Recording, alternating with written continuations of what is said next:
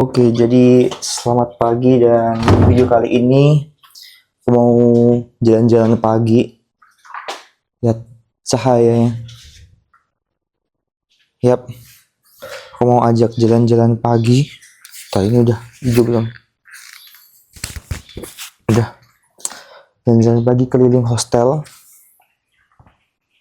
Dan yap, ini juga video pengganti ya. Karena hari kemarin aku nggak posting apapun.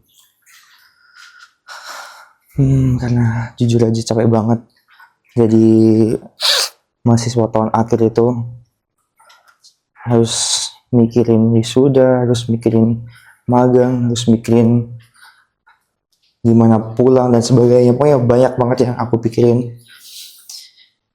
Jadi di video kali ini aku mau sharing tentang intern aja ya, tentang magang.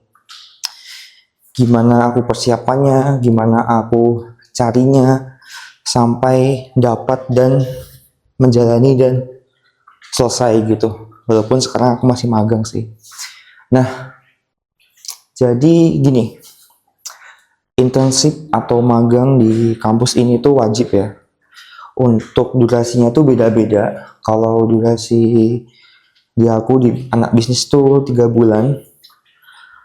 Tapi durasi buat computer science itu yang IT itu 6 bulan. Terus ada juga magang anak-anak jurusan education, pendidikan, itu dia ada 2 kali, itu tahun kedua sama tahun terakhir. Durasinya aku lupa, kalau nggak salah 1 semester ya, kurang lebih 3 bulan juga. Jadi mereka pergi ke sekolah gitu, ke sekolah-sekolah ngajar. Terus kalau jurusan BMC atau Media Communication itu juga 3 bulan. Jurusan lain juga ikut 3 bulan. Nah itu aja yang beda. Computer Science, Education, sama bisnis dan sebagainya tuh 3 bulan gitu. Nah terus ketika magang atau intensif tuh kita nggak ada kelas ya. Nggak ada kelas, nggak ada tugas. Jadi ya kita fokus aja ke magangnya gitu. Nah kita udah keluar dari hostel aku, ini hostel kosong. Nah gak ada kelas, gak ada tugas, fokus magang, gitu aja sih. Buat tempatnya itu kalau yang education kalau nggak salah dipilihin atau di assign gitu ya. Ini apa nih? Ini hostel kosong guys. Terus kalau kita bisnis sama computer science itu cari sendiri. Kita harus apply sendiri, cari sendiri. Dan setauku itu dibatasin ya di wilayah Malaysia aja. Cuman beberapa kali aku juga tanya, misalkan kita mau intern atau magang di luar Malaysia gimana? Ada yang ngebolehin, ada yang nggak ngebolehin. Jadi aku masih bingung juga ini, belum pasti. Cuman kalau aku sendiri itu perusahaannya atau company-nya itu headquarter-nya atau pusatnya tuh di Singapura. Ya di Malaysia dia ada cabang gitu walaupun belum ada office-nya. Terus di beberapa negara lain, Thailand, Vietnam tuh ada office-nya. Beberapa teman juga gitu, mereka magang di perusahaan Singapura yang punya cabang di Malaysia gitu. Dan oh ya, udah gitu ya. Terus kita ngomongin soal tipe magang. Jadi magang itu atau internship itu ada 3 tipenya. Yang pertama itu full onsite atau offline. Jadi bener-bener kayak orang kerja gitu, kerja fisik ya. Jadi kita harus ke kantor tiap hari. Kita harus ini namanya MPH, multi-purpose hall. Ini yang punyanya cowok. Jadi ada tuh ini buat laundry, terus ada juga ini kitchen atau dapur. Nah ini gedung yang kosong tadi, gedung yang ujung itu gedung aku, hostel aku. Nah lanjut, jadi ada 3 tipe. Pertama itu onsite, full onsite atau full offline. Yang kedua itu hybrid ya, jadi campuran antara fisik dengan remote. Yang ketiga itu remote atau online. Jadi hybrid itu misalkan kerjanya 5 hari dalam 1 minggu, mungkin 3 hari itu fisik, 2 harinya itu remote, atau bisa di mana aja, bisa di rumahnya, bisa di apartemennya, di mana aja pokoknya gitu. Itu kebebasannya. Nah, pegel tanganku megangin HP. Nah, aku waktu milih internship itu, waktu ngapain waktu ngelamar itu, pertimbangannya itu juga ya, pertimbangannya internship apa yang mau aku lakukan. Dan aku waktu itu masih bingung gitu loh, aku bingung banget. 2 bulan tuh bingung ini mau ngapain yang mana ya, karena kayak semuanya menarik gitu loh. Aku kalau onsite aku bisa di Kuala Lumpur, bisa lebih ngerti wilayah sana gitu kan, bisa jalan-jalan, bisa dapat pengalaman magang di sana gitu. Tapi ya ada drawbacksnya, ada consnya ya. Di Kuala Lumpur itu perlu duit banyak, karena 1 bulan pertama kamu nggak nerima allowance atau kamu nggak nerima gaji magang gitu kan, yang mana kamu harus modal sendiri.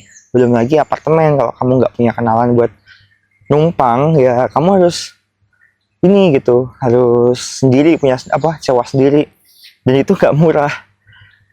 Kamu harus bayar biaya sewanya buat 1-2 bulan pertama, kamu harus bayar juga depositnya. Deposit tuh mahal, ada yang cuma 1.000 sih, ada yang 1.500, ada yang 2.000 deh, sekitar kalau sekarang 4.000 sampai 6 jutaan lah. Terus kamu harus mikirin juga pindahannya nanti gimana gitu kan. Selain itu kamu juga harus mikirin ini hostel aku dulu guys, 25i. Kamu harus mikirin juga tentang makan, 1 bulan pertama harus makan gimana, ngerange budgetnya dan sebagainya. Jadi modalnya banyak gitu, dan itulah yang membuat aku memutuskan buat nggak ngambil itu, walaupun pernah dapat offer dari 3 atau 4 perusahaan gitu, dan lumayan sih, tapi tetap aja aku mikir aku cuma 3 bulan dan gimana ya, tetap aja gitu loh, ada yang dari hati aku tuh kurang srek gitu, kurang nyaman gitu kalau ngambil pilihan full onset itu. Jadi aku memutuskan buat tidak.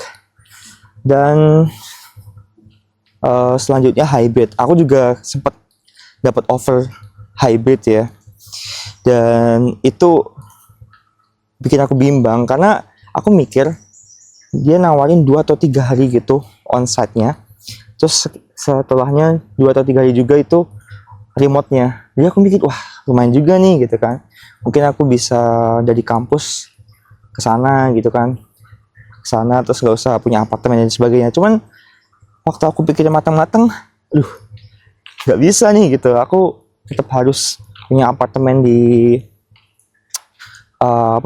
di KL atau di sekitar tempat itu, karena nggak mungkin gitu loh kalau aku nggak ada tempat tinggal di sana gitu. Nanti gimana, masa mau tidur di bus, mau nggak tidur gitu selama belum masuk jam kerja. Jadi aku juga nggak ngambil itu, aku tolak ya. Terus yang terakhir remote. Nah ini magang yang aku tengah jalani sekarang. Kenapa aku search atau memilih magang ini? Ya karena ini aku fokus kerja, fokus dengan tugasnya, fokus belajar, fokus magangnya. Aku bangun tidur, misalkan ya, aku bangun tidur, aku nggak usah mandi misalkan nih. Dan aku bisa langsung kerja, aku bisa langsung fokus ke tugasnya. Teman, pada kenyataannya aku mandi dulu. Kenapa? Biar seger, biar fresh gitu, biar aku bisa fokus, nggak ada ngantuk-ngantuk atau kata setengah sadar. Dan seperti itu. Tapi kan aku bisa pakai baju bebas kayak gini, lihat. Bisa pakai baju bebas seperti ini. Kalau nggak ada meeting, aku fokus ke tugasnya. Aku nggak ada kata sekian jam, sekian menit perjalanan. Karena itulah yang menurut aku ya, wasting time gitu loh. Karena aku ngalamin sendiri ketika aku ke Jakarta, ketika aku ke KL, itu ngalamin gitu. Nggak gampang buat commute atau naik KRL dan sebagainya tuh nggak gampang. Perlu waktu, perlu kesabaran gitu, perlu duit juga. Dan aku ngalamin sendiri, aku ke Jakarta, ke KL, aku ngeliat temen aku magang kerja gitu kan, dan mereka bilang ya berangkat minimal 1 jam, ada yang 2 jam. Jadi bisa dikalkulasi aja berapa jam dalam sehari gitu, 4 jam dalam sehari paling nggak ya. Kalau 2 jam ya, pergi 2 jam, pulang 2 jam, butuh 4 jam udah satu hari. Terus kalau 1 minggu 5 hari berarti berapa? 20 jam. 20 jam buat transportasi doang, buat pergi pulang kerja. Segitunya gitu loh. Karena mereka jauh apartemennya, karena desek-desekan, antri dan sebagainya. Jadi mereka ada yang bangun jam 6 kalau di KL ya. Jam 6 tuh subuh tuh udah bangun, udah persiapan gitu. Nah, sekarang aku ada di ini guys. Apa ya namanya? Kayak rumah-rumahnya pekerja gitu, hostnya atau mesnya pekerja. Terus ini ada kayak listrik atau air gitu loh di sini. Ini itu listrik atau air gitu, apa namanya ya, tempat pemeliharaan listrik atau air gitu, apa sih namanya, mau jelasnya agak susah ya guys, maafkan. Pokoknya di sini di mana air di seluruh kampus tuh dikelola, dan juga di sebelah sana listriknya, pembangkit listriknya. Jadi EIU tuh punya ininya sendiri, apa namanya, kayak apa sih, electric house atau apa sih, ya itulah itu. Jadi dan besar ya, soalnya manage seluruh kampus. Bikin ini viewnya depan seperti ini, pelan dulu ya, ini bagus banget, pohon-pohonnya besar gitu. Nah, ini adalah female MPH, female perempuan MPH multipurpose hall. Di sini buat masak iya, buat olahraga iya, buat nongkrong makan iya, buat laundry iya, buat ada jajan juga, vending machine. Dan ini deket sama hostel perempuan di sebelah sana. Pokoknya ada jalannya gitu. Ini hostel aku dulu, terus depannya ini lapangan bola, lapangan. Yep. Coba kita lanjut ya. Karena pertimbangan itu tadi, aku memutuskan buat atau mantep di remote intern gitu. Nah, terus yaitu sebenarnya berdasarkan ini ya, pertimbangan individual atau masing-masing. Karena ada temanku yang bilang ya kan pengalaman gitu, kita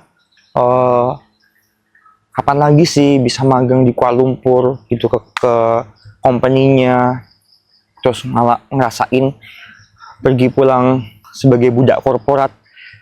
Ya itu benar. Jadi pokoknya alasan apapun tuh nggak ada yang salah gitu loh, semuanya benar. Karena individual, setiap individu tuh punya preferensi masing-masing. Aku juga, kalau aku udah mengerti gitu loh cara berangkat pulang kerja tuh gimana di Kuala Lumpur, di Jakarta gitu. Walaupun Kuala Lumpur tuh aku bisa bilang menurut aku tuh jauh lebih nyaman gitu pergi pulang kerjanya daripada di Jakarta, karena orangnya nggak sebanyak di Jakarta gitu. Dan ya pokoknya kembali lagi ke preferensi, mau gimana ketika kalian magang itu dipikirin baik-baik ya. Kalau aku sangat terinspirasi sama orang-orang yang punya kebebasan. Ketika aku ada nyamuk ketika aku pergi ke Singapura, aku ketemu banyak banget orang Jerman, orang mana lagi, Italia, Spanyol. Itu mereka tuh kerja remote gitu loh. Mereka di hostel. Jadi kita ke hostel, bukan hotel ya, yang sharing bed gitu, yang kamarnya tuh tas sharing gitu. Nah, di situ aku lihat mereka kerja, buka laptop, mereka kerja, mereka fokus. Nah, ada juga orang Jepang yang aku temui di Singapura, dan itu dia sama suaminya tuh sama-sama kerja remote dan udah ke berpuluh-puluh negara, banyak banget pas aku lihat di Instagramnya. Nah, mereka kerja remote gitu loh. Mereka kerja fokus, bangun tidur jam berapa ya? Aku masih ingetnya ya jam tujuan gitu. Mereka buka laptop, terus kerja gitu kan, depan laptop. Nanti kurang lebih 4-5 jam mereka selesai kerja dan mereka keluar makan siang sambil jalan-jalan. Terus nanti lanjut lagi siang atau sore gitu, lanjut lagi ketika mereka pulang dari makan siang. Terus malam kadang juga masih kerja. Jadi yang aku ambil tuh seru aja gitu loh. Kamu bisa kerja di mana aja, kamu bisa kerja sambil traveling, jalan-jalan. Jadi mungkin sebulan ini kamu di Singapura, terus bulan depan kamu di Vietnam, bulan depan kamu di Indonesia, di Jakarta atau di Bali. Pokoknya seru gitu loh bagi aku yang mencari sesuatu yang baru tuh seru gitu. Makanya aku memilih remote dengan harapan karir aku ke depannya akan seperti itu gitu. Dan apa ya, aku di pertengahan intern itu menyadari sesuatu juga. Jadi ada seniorku yang dulunya dia magangnya di Malaysia Airlines gitu, dan sekarang dia juga lanjut di apa namanya, di salah satu brand ini ya, pesawat di Indonesia ya yang bagus juga gitu, di Pelita Air gitu. Jadi aduh, kenapa gatel banget ya. Ada nyamuknya tadi banyak banget, lewatin sana ini rumput banget. Nah, jadi gini loh, intern tuh sangat berpengaruh ya, sangat penting gitu, terutama buat karir kedepannya ya. Walaupun mungkin itu cuman sebagian kecil dari contoh, cuman bisa dilihat lah. Senior aku magangnya, internnya di Malaysia Airlines, pas balik Indonesia di Jakarta dia dapat tawaran kerja full di maskapai Indonesia gitu kan. Terus ada juga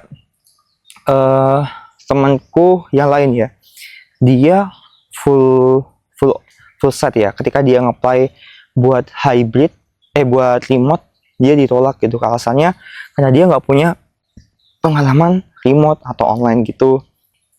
Jadi pokoknya milih intern tuh harus hati-hati dengan penuh pertimbangan. Jangan kayak ya udahlah aku ambil ini, ya udahlah aku ambil itu. Jangan gitu. Ini backlash ya guys. Pas aku jalan ke belakang. Nah, mungkin aku stay di sini aja. Nah, selanjutnya itu kemarin pas aku ngambil paket COD paket sama kurir di sini tuh, abangnya dibilang saya dulu juga ambil bisnis gitu kan. Tadi sini aja guys.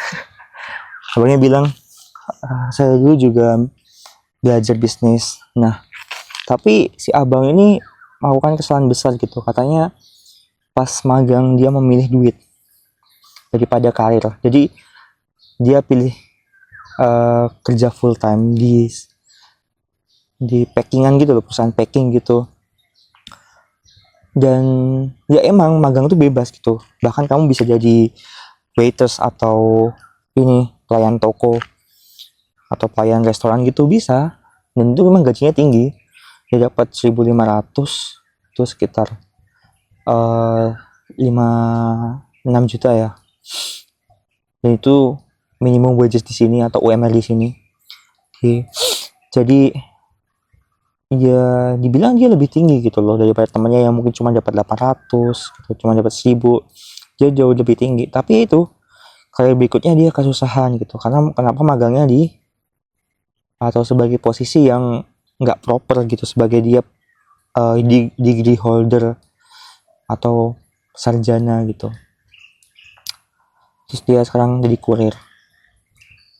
Ya itu sangat disayangkan ya. Mungkin abangnya juga ngerasa sayang gitu ketika bilang ke aku, dia menyesal.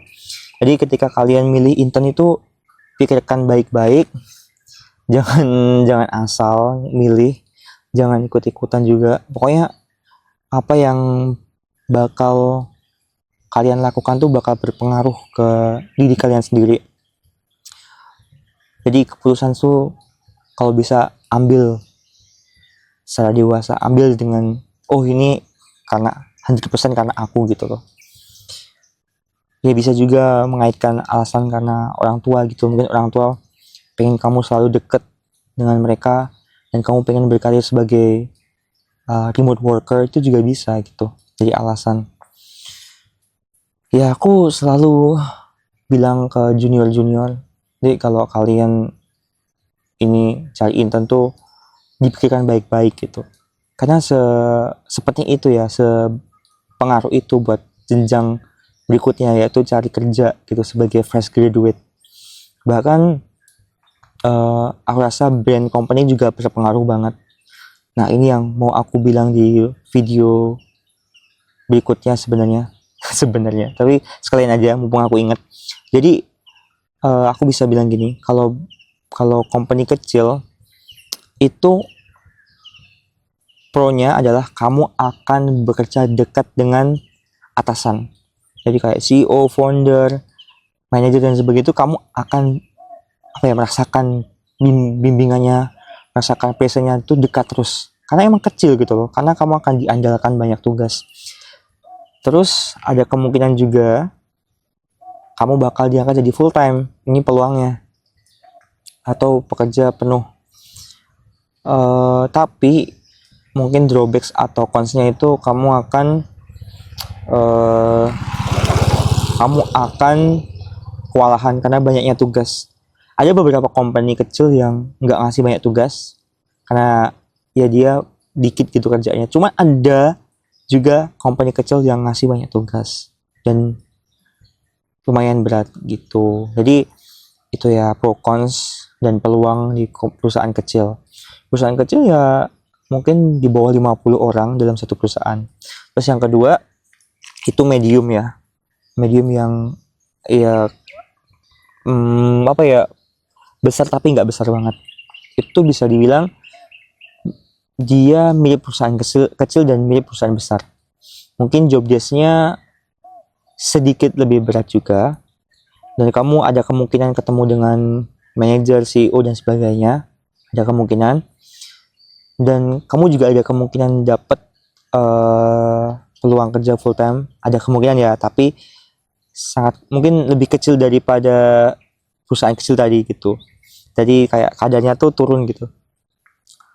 Tapi ya kamu punya kebanggaan tersendiri gitu, kamu di perusahaan ini gitu, besar, medium walaupun nggak besar banget gitu. Mungkin ada banyak orang yang udah tahu gitu. Nah itu. Terus di perusahaan yang besar itu job desk-nya biasanya lebih simple sih dan lebih terkotak-kotak gitu. Dari pengalaman temanku, mereka santai banget gitu. Ada yang intern di Shopee itu santai gitu katanya, karena udah ada senior yang handle dan mereka jadi support aja gitu. Dan juga kedepannya kamu bakal di notice gitu karena kamu dari perusahaan besar. Dan masuknya nggak gampang nih, karena banyak banget orang yang pengen kerja di perusahaan besar gitu, yang udah beribu-ribu pekerja di seluruh dunia kayak Shopee gitu-gitu. Itu ya. Dan buat dapetin full time, menurut pengalaman itu susah. Menurut pengalaman dari senior dan teman-teman tuh susah buat dapetin full time gitu. Karena mereka ambil intern tuh buat sebagai present aja, kayak employer branding gitu loh, nge-presence ada kehadiran mereka gitu, kalau company ini bagus loh gitu dan sebagainya, buat future employee, pekerja masa depan gitu, biar yang bagus-bagus datangnya ke mereka. Seperti itu ya, kurang lebih seperti itu ya. Mohon maaf kalau salah. Itu secara gampangnya aku petakan di kepala aku ini ketika pertimbangan intern. Ya bisa jadi aku salah karena aku kan masih mahasiswa yang belum belum merasakan langsung dunia kerja. Cuman ya kan aku cuman dari membaca, mendengarkan dari senior, dari orang-orang yang udah kerja seperti itu. Eh, nah,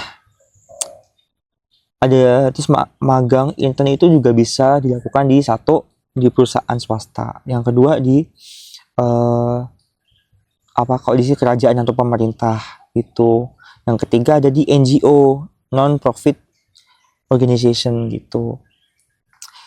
Ya ini semuanya punya culture kerja yang berbeda-beda, dan itu mau kerja dimanapun bergantung ke kalian lah mau di mana. Aku sendiri di corporate itu kan, di perusahaan swasta. Ada temanku si Lukman dari Malaysia, dia di government gitu, dia di pemerintah kerajaan sini gitu. Ada juga Irian si Matt, dia BMC juga, dia di NGO. Jadi itu ya tergantung kalian gitu mau gimana. Tuh juga ada plus minusnya. Yes, pokoknya gitu lah plus minusnya. Ada pokoknya nanti bisa dicari sendiri atau next time aku buatin videonya. Nah, terus mungkin ngomongin soal persiapan ya. Terus aja deh, soalnya bentar lagi aku mau magang. Persiapan magang. Kalau aku sendiri persiapan itu jauh-jauh banget. Jadi bahkan tahun sebelumnya, tahun kemarin aku udah persiapan buat CV-nya ya. Buat CV-nya, dan ketika aku buat CV itu kebaikannya adalah aku tahu hal apa yang harus aku update gitu loh. Kekurangan apa yang aku miliki dan bisa aku tambal. Misalkan aku pengen jadi marketing, jadi aku harus belajar marketing dong. Nah, di marketing ini apa yang aku kurang? Oh, aku kurang bisa di HubSpot. Makanya aku belajar individu di situ. Aku lihat YouTube, aku beli kursus gitu, ikut webinar. Dan seperti itulah. Jadi better kalian tentuin dulu mau intern jadi apa. Ya roughly lah, kayak misalkan pilih 5 roles atau 3 roles gitu ya. Jadi kalian ada opsi A, B, C. Nah, habis itu kalian lihat, oh aku kurangnya di sini kalau mau jadi marketing. Aku kurangnya di sini kalau aku mau jadi HR. Aku kurangnya di sini kalau aku mau magang mungkin di sales gitu. Jadi kalian tahu gitu loh. Kalian di titik ini gapnya buat mencapai titik ini gitu. Ya, 1 tahun pertama lah ya persiapan itu, biar kalian ada waktu buat belajar, buat waktu buat mencari tahu, buat waktu buat apply. Nah, buat apply sendiri aku itu apply atau ngelamar 3 atau 2 bulan ya, 3 atau 2 bulan sebelum waktunya. Jadi aku tuh wajib intern itu awal Agustus itu wajib intern, udah mulai, maksudnya periode internnya udah mulai. Nah, tapi aku tuh udah cari di bulan April ya, aku udah cari awal April. Nah, ini bisa masuk ke sini guys, cuman ya itu, ini sebenarnya punyanya Warden ya. Warden tuh kayak pengawas gitu loh, kayak orang tua kita, nama lainnya Warden, tapi mereka tidur di sini gitu, mereka juga staff. Nah, itu tadi ya, apa sih, lupakan jadinya. Ngomongin soal apa sih, ya ampun lupa woi. Udah minum dulu bentar. Nah, di sini ada air minum guys, ini gratis ya. Bismillahirrahmanirrahim.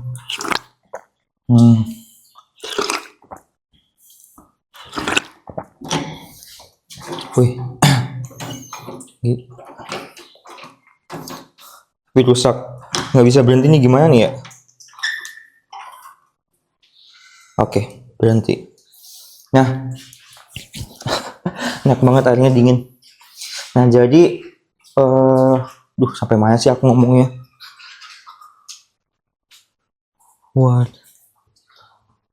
Bentar guys, aku cek dulu ngomong apa tadi. Ngomongin soal ini ya.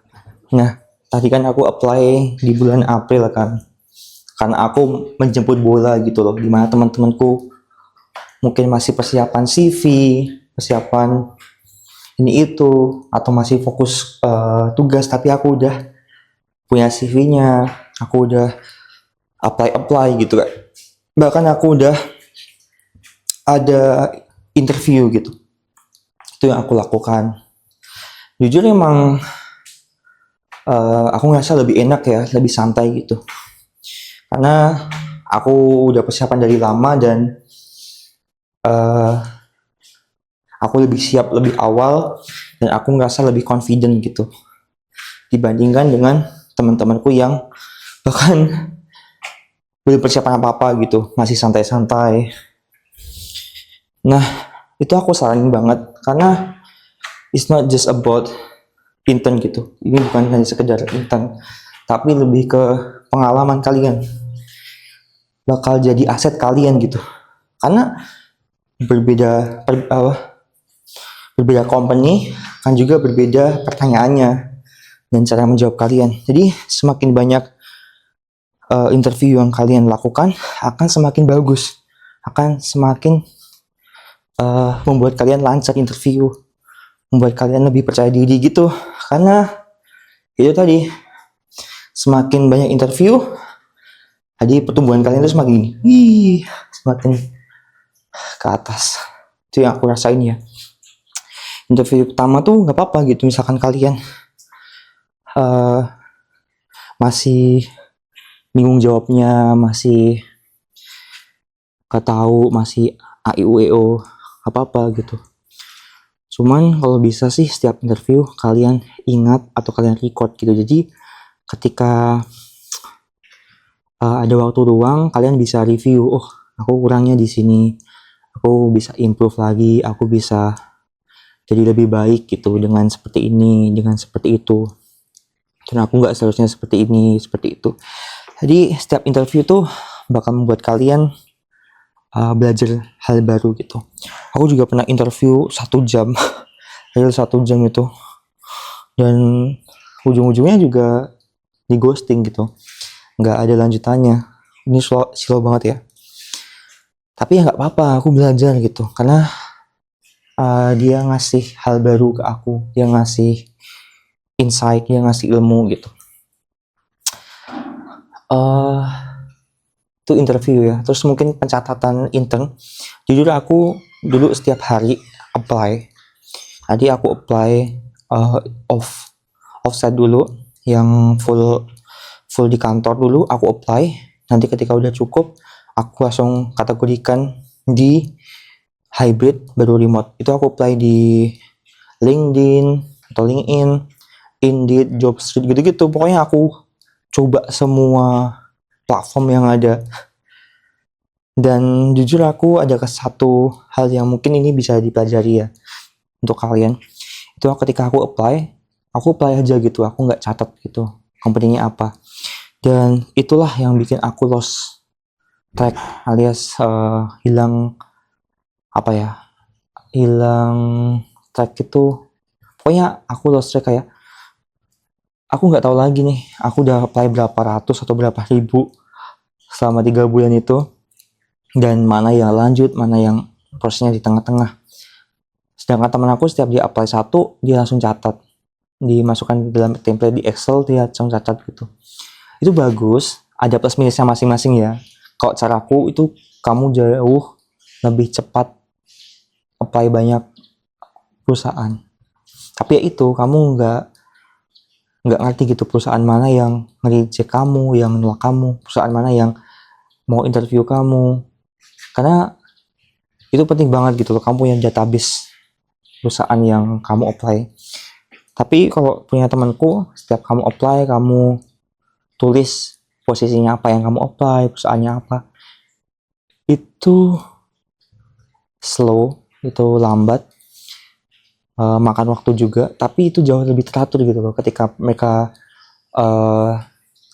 mau interview kamu punya database-nya, kamu punya website mereka gitu. Sedangkan kalau cara aku, nanti ketika mereka mau interview kamu, ya kamu harus cari perusahaannya mana sih yang kamu apply, pakai platform mana gitu kan. Terus habis itu posisi apa, harus cari lagi gitu loh. Ada plus minusnya, pokoknya itu bergantung kalian mau yang mana gitu. Kalau aku lebih nyamannya dengan cara aku ya, walaupun agak kacau. Tapi ketika aku dapat email dari perusahaan yang mau interview tuh, aku bakal cari perusahaannya langsung, aku buat database tersendiri, company profile, aku pelajari, dan aku cari tahu mana posisi yang aku apply.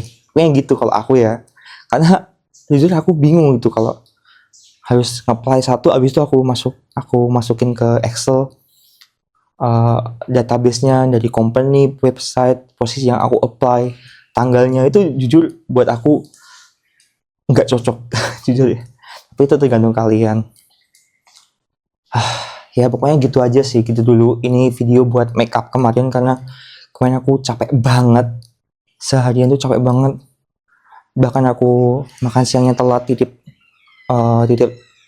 roommate aku dari Senegal, aku titip dia. Dan itu udah sore gitu. Dan ya video pagi ini aku tujukan buat video kemarin yang nggak upload. Dan sekian, terima kasih. Semoga bermanfaat. Ini slow banget ya.